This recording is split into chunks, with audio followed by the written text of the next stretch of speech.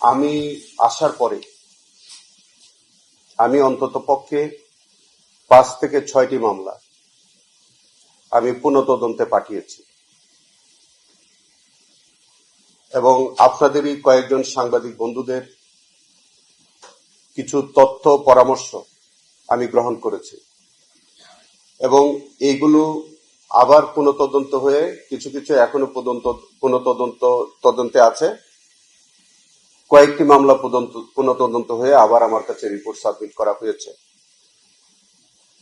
আমি প্রত্যেকটি মামলা আপনাদের কাছে এর আগেও আমি বলেছি, প্রত্যেকটি মামলা আমি পুঙ্খানুপুঙ্খভাবে চেষ্টা করছি যাতে সঠিক রিপোর্টটা আসে এবং আমি আপনাদের মাধ্যমে আমি সারা জাতির কাছে প্রতিশ্রুতি দিয়েছি যে আমার হাত দিয়ে কোনো নিরীহ মানুষ যাতে হয়রানির শিকার না হয়। আবার এইটাও সমভাবে প্রযোজ্য, কোনো দোষী ব্যক্তি একজনও যাতে আমার হাত থেকে তারা রেহাই না পায়।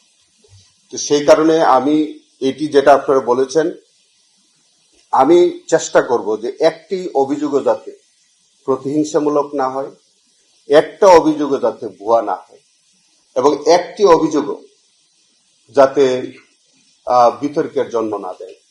সেই কারণে আমি চেষ্টা করছি, ভুলভ্রান্তির ঊর্ধ্বে আমরা কেউ না। আর যে গতিতে বিচার চলছে আপনারা বলছেন, এর চেয়ে আমাদের 2টি ট্রাইব্যুনাল কাজ করছে। ইতিমধ্যে আমাদের প্রায় 30টি মামলা, ইতিমধ্যে আরো নতুন মামলা এসছে, প্রায় 30টির মতো মামলা 2টি ট্রাইব্যুনাল বিচার কার্য করছে।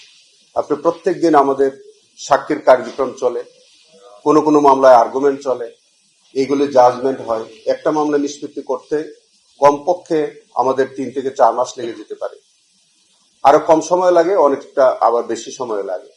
আমাদের যে গতিতে বিচার চলছে এর চেয়ে গতি আরো যদি বাড়ানো হয় তাহলে আপনারাই কিন্তু পরে বলবেন যে এটা কি জাস্টিস হারিড হয়ে যাচ্ছে কিনা। আমি যদি ধরেন ডিফেন্সকে পর্যাপ্ত সুযোগ না দিই, ডিফেন্সের জেরা করার সুযোগ যদি আমরা না দিই, আর আমরা যদি খুব তাড়াহুড়া করে আসলে একটা বিচার আর আমরা কোন রকম কয়েকটা সাক্ষী নিয়ে আমরা একটা সাজা দিয়ে দিলাম অথবা একটা রায় দিয়ে দিলাম, তখন সেটা কিন্তু ন্যায় বিচার যে নিশ্চিত করার হবে না। এই জন্য বলে যে জাস্টিস হারিড, জাস্টিস বারিড।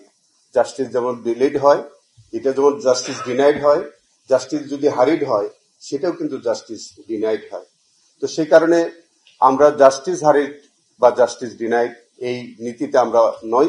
আমরা যেটা স্বাভাবিক গতিতে, আপনারা প্রত্যেকদিন আমাদের কার্যক্রম ওয়াচ করছেন, আমরা স্বাভাবিক গতিতে যেভাবে বিচার কার্য চলে ঠিক সেইভাবেই করছি। তবে হ্যাঁ, আমাদের যে হারে মামলার যেভাবে আসছে অথবা যেভাবে আমরা প্রসিকিউশন রিপোর্ট দাখিল হচ্ছে, আমাদের এই 2টি ট্রাইব্যুনালের পক্ষে একটা সময় এসে এটা ওভারবার্ডেন হয়ে যাবে।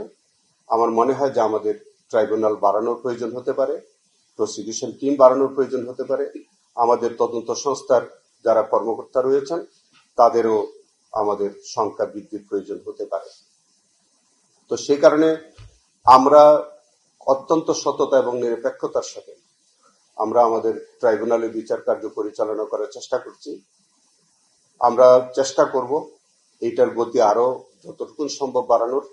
আমরা চেষ্টা করব যে যাতে কোনোভাবে কোনো রিপোর্ট যাতে কোনো বায়াস রিপোর্ট না হয়, কোনোভাবে যাতে কোনো রিপোর্ট প্রভাবিত রিপোর্ট না আসে এবং স্বচ্ছতা নিরপেক্ষতার সাথে আমাদের এই ট্রাইব্যুনাল যাতে পরিচালিত হয়, যাতে আমাদের এই প্রশ্নটি, আমাদের এই বিচারটি কখনো প্রশ্নবিদ্ধ না হয়, সেভাবে আমি আমার প্রসিকিউশন টিমের পক্ষ থেকে আমি চিফ প্রসিকিউটর হিসেবে আমি দায়িত্ব পালন করে যাচ্ছি, করব।